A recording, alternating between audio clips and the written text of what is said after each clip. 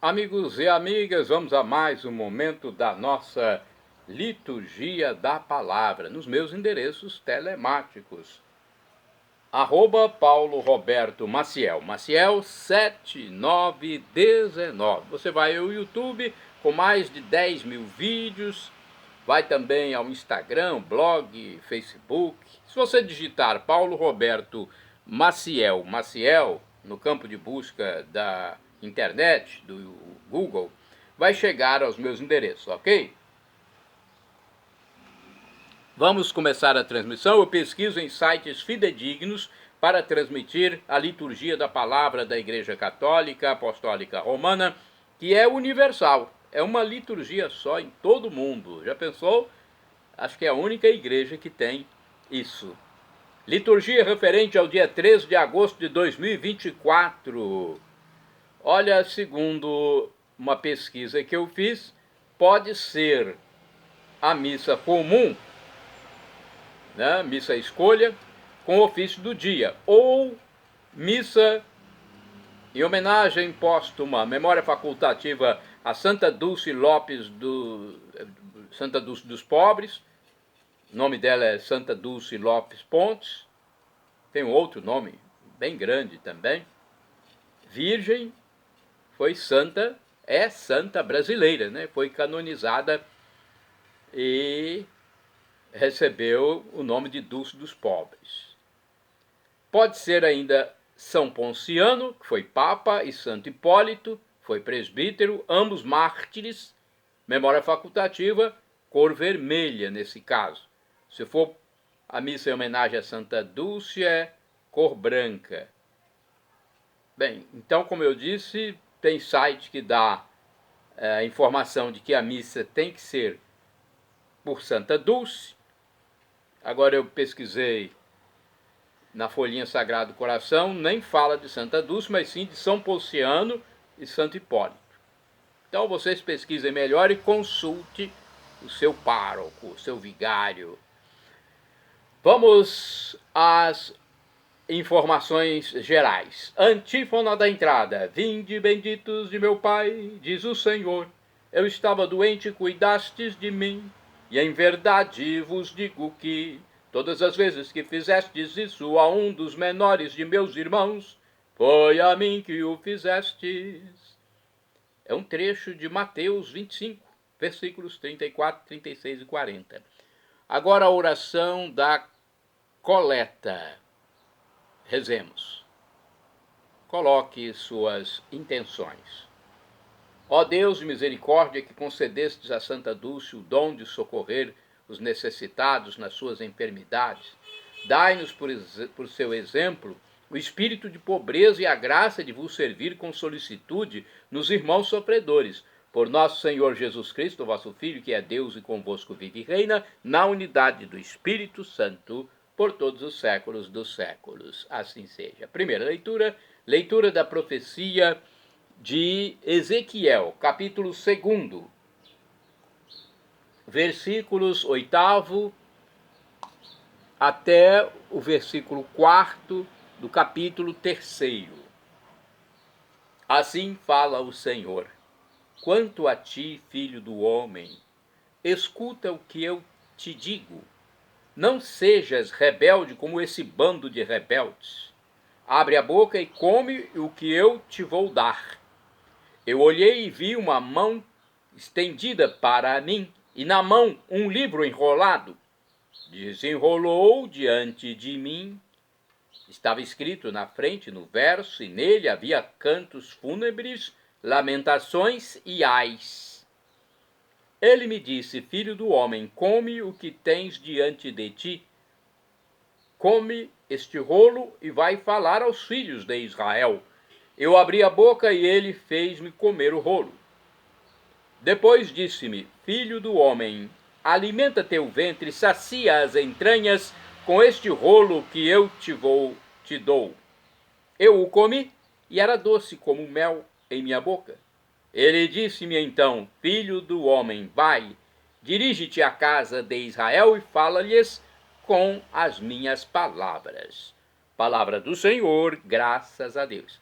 Vamos agora ao Salmo responsorial, é o Salmo 118, se for da Bíblia Vulgata. Vulgata é uma tradução da Bíblia Septuaginta, que em Alexandria foi traduzida para a língua grega e depois da língua grega, da Septuaginta, foi traduzida para o latim. Então é 118. 119 se for da Bíblia de Jerusalém. Versículos 14, 24, 72, 103, 111, 131, refrão 103a. Como é doce ao paladar vossa palavra, ó Senhor. Repitamos: como é doce ao paladar vossa palavra, ó Senhor. Seguindo vossa lei me rejubilo muito mais do que em todas as riquezas. Como é doce ao paladar vossa palavra, ó Senhor. Minha alegria é a vossa aliança, meus conselheiros são os vossos mandamentos. Como é doce ao paladar a vossa palavra, ó Senhor. A lei de vossa boca para mim vale mais do que milhões em ouro e prata. Como é doce ao paladar a vossa palavra, ó Senhor. Como é doce ao palavrar, como é doce ao paladar vossa palavra, muito mais doce do que o mel na minha boca. Como é doce ao paladar vossa palavra, ó Senhor. Vossa palavra é minha herança para sempre, porque ela é que me alegra o coração. Como é doce ao paladar vossa palavra, ó Senhor. Abro a boca e aspiro largamente, pois estou ávido de vossos mandamentos. Como é doce ao paladar vossa palavra, ó Senhor. Repitamos: como é doce ao paladar vossa palavra, ó Senhor. Agora vamos aclamar o Santo Evangelho com Mateus 11, versículo 29, e depois proclamá-lo com Mateus 18, versículos do 1º ao 5º, 10º, 12 ao 14. Aleluia, aleluia, aleluia. Aleluia, aleluia, aleluia. Tomai meu jugo sobre vós e aprendei de mim, que sou de coração humilde e manso. Aleluia, aleluia, aleluia. Aleluia, aleluia, aleluia. O Senhor esteja convosco, Ele está no meio de nós. Proclamação do Evangelho de Jesus Cristo segundo São Mateus. Glória a vós, Senhor. Pelo sinal da Santa Cruz, livra-nos Deus, nosso Senhor, dos nossos inimigos. Naquele tempo, os discípulos aproximaram-se de Jesus e perguntaram: quem é o maior no reino dos céus? Jesus chamou uma criança, colocou-a no meio deles e disse: em verdade eu vos digo, se não vos converterdes e não vos tornardes como crianças, não entrareis no reino dos céus. Quem se faz pequeno como esta criança, este é o maior no reino dos céus. E quem recebe em meu nome uma criança como esta, é a mim que recebe. Não desprezeis nenhum desses pequeninos, pois eu vos digo que os seus anjos nos céus veem sem cessar a face do meu Pai, que está nos céus. Que vos parece? Se um homem tem 100 ovelhas e uma delas se perde, não deixa ele as 99 nas montanhas, mas procura aquela que se perdeu? Em verdade vos digo, se ele a encontrar, ficará mais feliz com ela do que com as 99 que não se perderam. Do mesmo modo, o Pai que está nos céus não deseja que se perca nenhum desses pequeninos. Palavra da salvação, glória a vós, Senhor. Vamos às reflexões deste Evangelho. Mateus, capítulo 18, versículos do 1º ao 5º, 10º e do 12 ao 14. Ele não é seguido, né? Ele é meio separado. Vamos à reflexão do livro Palavra e Vida. Em nossas igrejas, continuamos deixando lugares privilegiados para os cardeais, os bispos e sacerdotes. vestem-se de modo especial, estes que eu acabei de falar, e são tratados com títulos e dignidades. Nossa igreja tem uma hierarquia, e, como em toda sociedade, há os de cima e os de baixo. Isto é hierarquia. Ainda bem que existem muitos cristãos trabalhando entre os pobres e servindo-os. Eles são os que salvam o resto da igreja. Com seu trabalho, tornam verdadeiro o evangelho de hoje e fazem que nossa vergonha seja maior. Quando levaremos a sério que os pobres, pequenos e indefesos, são os mais importantes de nossa comunidade? Uma reflexão crítica aqui a respeito da hierarquia. Não vi grande profundidade na reflexão, mas vamos lá. Vamos a outra aqui. Essa é do livro Dia a Dia com o Evangelho. Os discípulos de Jesus manifestam a mentalidade corrente. O ser humano tem sede de poder. Jesus revira, melhor dizendo, esta posição e mostra quem tem maior valor diante de Deus. Aponta uma criança, que é símbolo dos pobres, humildes, marginalizados e pecadores. Enfim, aqueles que são esmagados pela sociedade injusta. Esses constituem justamente o centro de atenção de Jesus, tanto que o seu reino é constituído por pessoas assim. Mas cuidado, não aconteça que a comunidade cristã escandalize ou trate mal os que vão dando os primeiros passos na fé. O Pai do céu, em sintonia com a escolha de Jesus, tem os olhos voltados para esses pequenos. E no céu haverá festa quando um filho ou filha abandona o mau caminho e de novo volta a fazer parte da família de Deus. Agora uma reflexão mais aprofundada, que é de Antônio Carlos Santini, liderança da comunidade católica Nova Aliança, e-mail santini@novaalianca.com.br. Vejamos a liturgia comentada dele, que tem o título Ai do Mundo. Esse título é baseado em Mateus 18, versículos do 1º ao 5º, 10º e do 12 ao 14. Esta passagem do Evangelho tem como eixo nossa relação com os pequeninos. Estes são apresentados por Jesus como modelo de vida. Se não vos tornardes como crianças, não entrareis no reino dos céus. Claro que Jesus usa a imagem da criança para dizer que somos filhos de Deus, suas crianças, tekna, no grego, como gosta de usar o evangelista João. Assim, Deus é nosso Abá, o paizinho querido. Quem se relaciona com o filho, confiante, mas obediente, esse entra no reino. Mas a mesma passagem traz uma séria advertência a respeito das ofensas contra os pequeninos. Jesus emite uma verdadeira cominação. Ai do mundo por causa dos escândalos. Esta palavra, escandalon, designava uma pedra de tamanho pequeno, mas suficiente para levar alguém a tropeçar e cair. Também pode ser traduzida por cilada e obstáculo. Nosso tempo assiste com a maioria indiferente uma série de agressões contra os pequeninos que Deus ama. A justiça holandesa já considerou constitucional a formação de um partido político pró-pedofilia.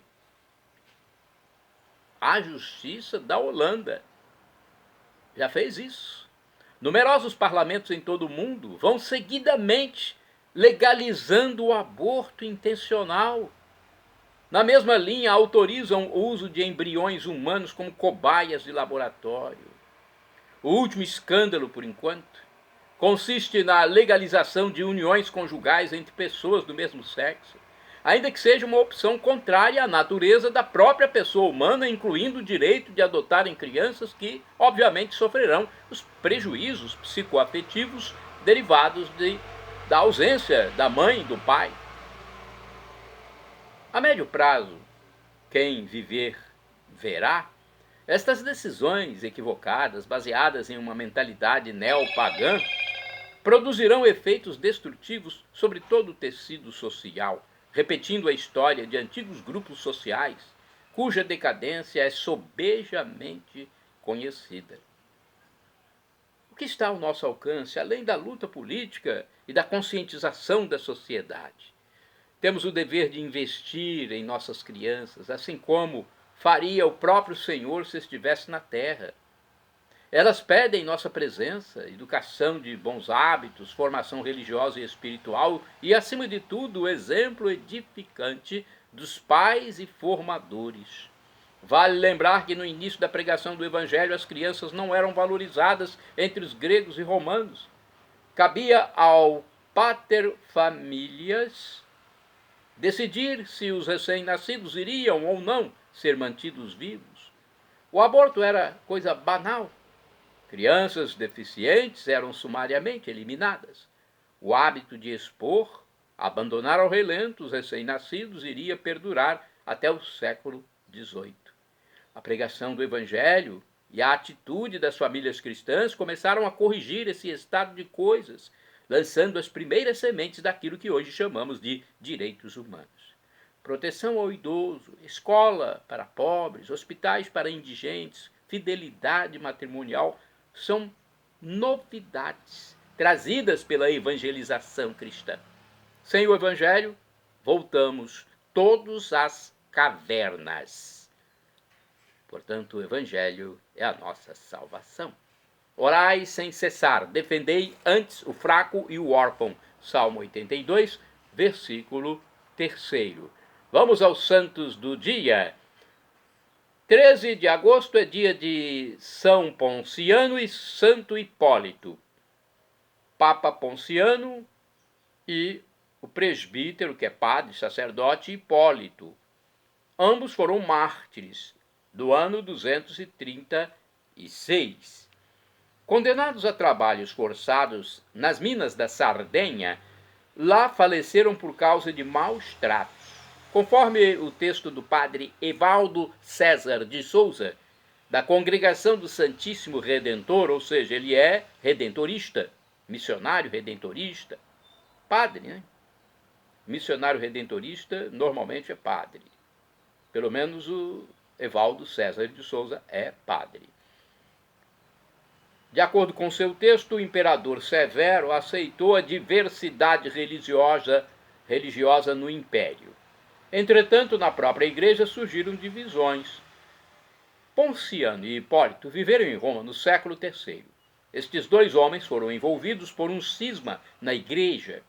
Ambos se consideravam papas.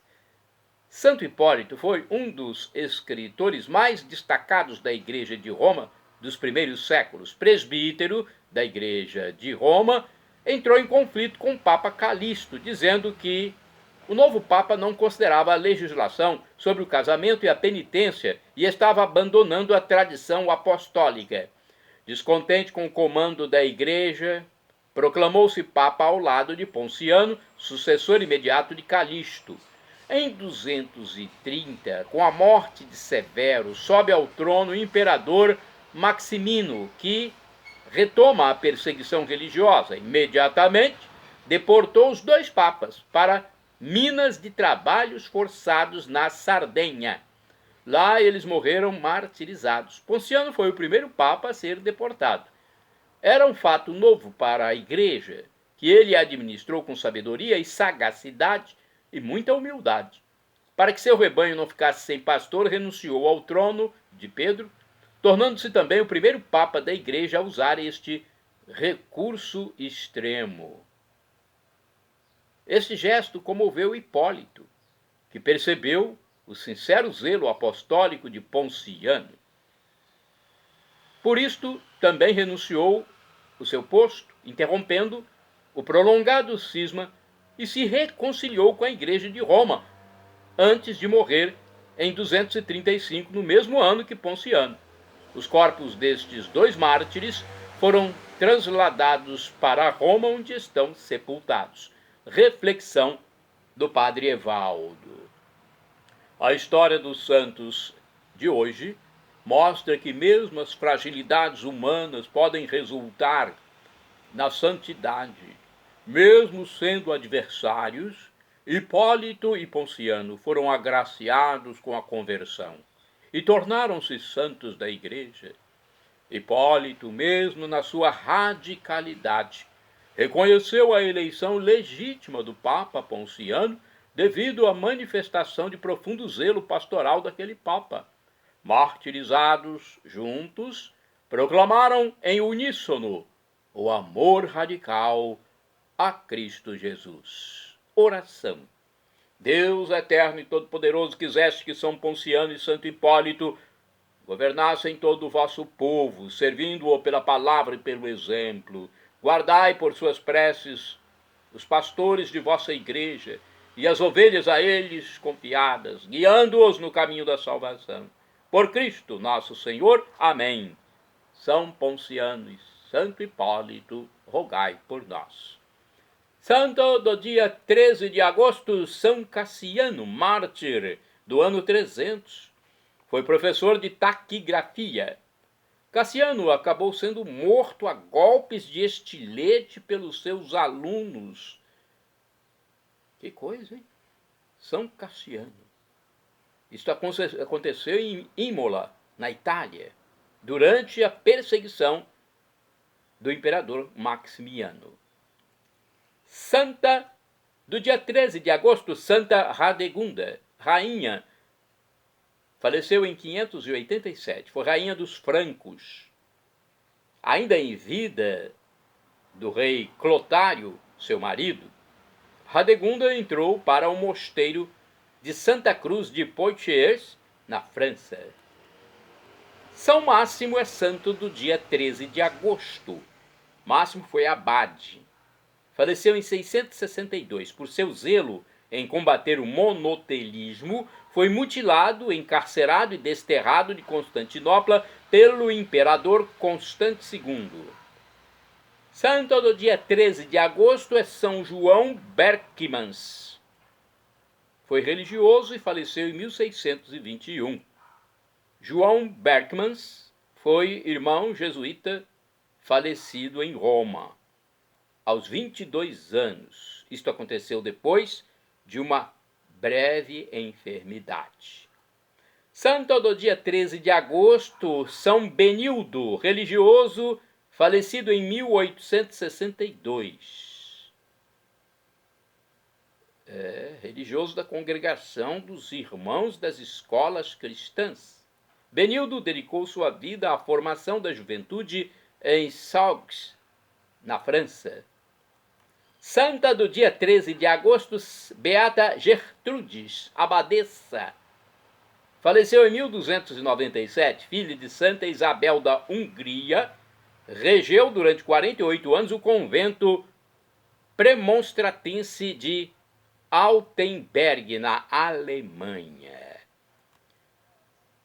Santa Dulce Lopes Pontes, Dulce dos Pobres, é santa de 13 de agosto, conforme o site RS21 da Rede Século XXI.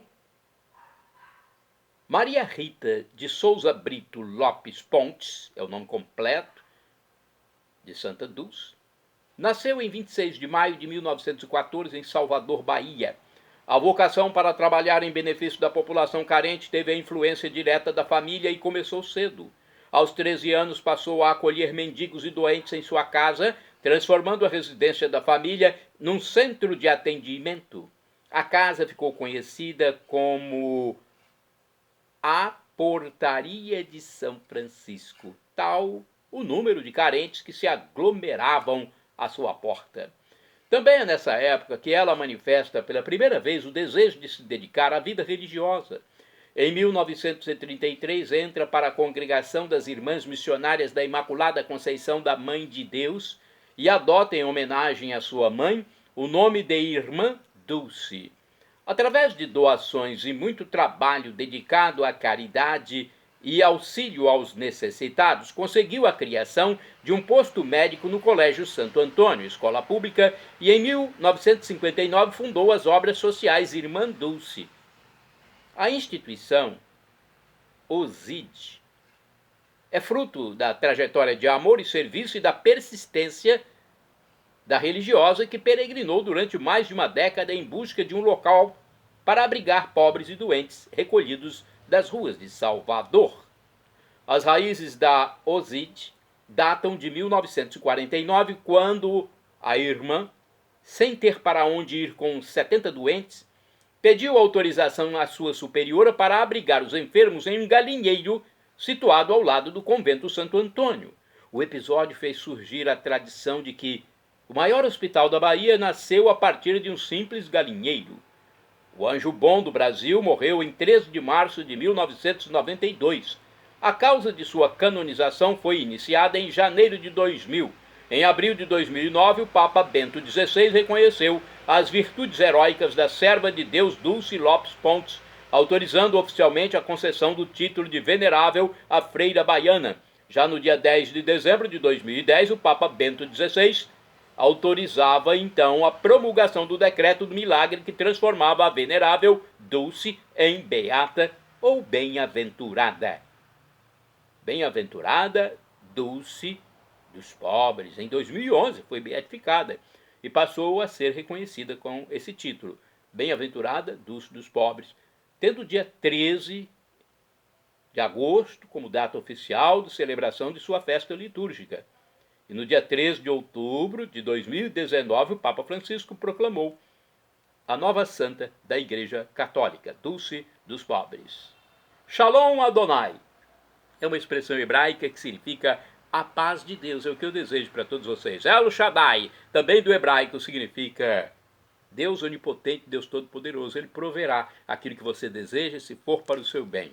O professor e escritor de mais de 100 livros da Igreja Católica, Felipe Rinaldo Queiroz de Aquino, em seu canal no YouTube, onde responde as nossas dúvidas, diz que Deus pode nos dar uma dessas 3 respostas quando suplicamos algo: sim, não ou espere. Mesmo que seja um não, é a melhor resposta. Afinal de contas, estamos falando do Deus Criador do mundo, nosso Pai Celestial. Ele vive em outra dimensão, sabe o que é melhor para nós. Nós somos simples criaturas, mortais, somos pó, terra, vermes. Quando morrermos em pouco tempo, depois de sepultados, viraremos vermes. Depois terra, pó, cinza. Então temos que reconhecer que nós teremos uma outra vida garantida pelo nosso Deus. Santíssima Trindade, Deus Pai, Deus Filho, Jesus Cristo e Deus Espírito Santo. Nos encontraremos na vida eterna. Depois dessa passagem provisória por aqui, São Paulo apóstolo diz que o sofrimento de agora nem se compara com a glória futura que será revelada em nós. Nós teremos corpos transformados, como o de Jesus, que atravessou paredes, que mudava sua face, seu semblante. Tanto é que Maria Madalena não o reconheceu, os discípulos de Emaús também não o reconheceram. Então nós teremos essa capacidade de mudar nossa feição, de atravessar paredes, de comer, beber ou não comer. Não necessitaremos mais de alimento físico, mas poderemos fazê-lo também, na graça de Deus. Que maravilhoso isso, hein? É indescritível, digamos assim, inefável, como diz São Paulo. É inefável, não tem palavras humanas para dizer o que será a vida eterna. Algo maravilhoso, wonderful. Para nos encontrarmos na vida eterna, temos que acreditar que esse aqui é Deus. Não é só um sábio, um homem bom. Não, é Deus. Segunda pessoa da Santíssima Trindade, o Deus humanado que veio sofrer por nós, morrer na cruz por nós, vencer a morte por nós. No terceiro dia, depois de sua morte na cruz, ele venceu a morte, ascendeu ao céu e está à direita do divino Pai eterno como nosso sumo sacerdote eterno, nosso irmão primogênito, nosso mediador. Creia que Jesus é Deus. Arrependa-se dos seus pecados e seja batizado, e nos veremos depois dessa passagem temporária, efêmera, pela terra, nos veremos na eternidade. Perdão, Senhor, pelos meus pecados passados, presentes, futuros, físicos, espirituais, pecados do pensamento, palavras, atos, omissões, e me dê a vida eterna. Meu Jesus, eu quero a vida eterna convosco. @ Paulo Roberto Maciel, Maciel 7919.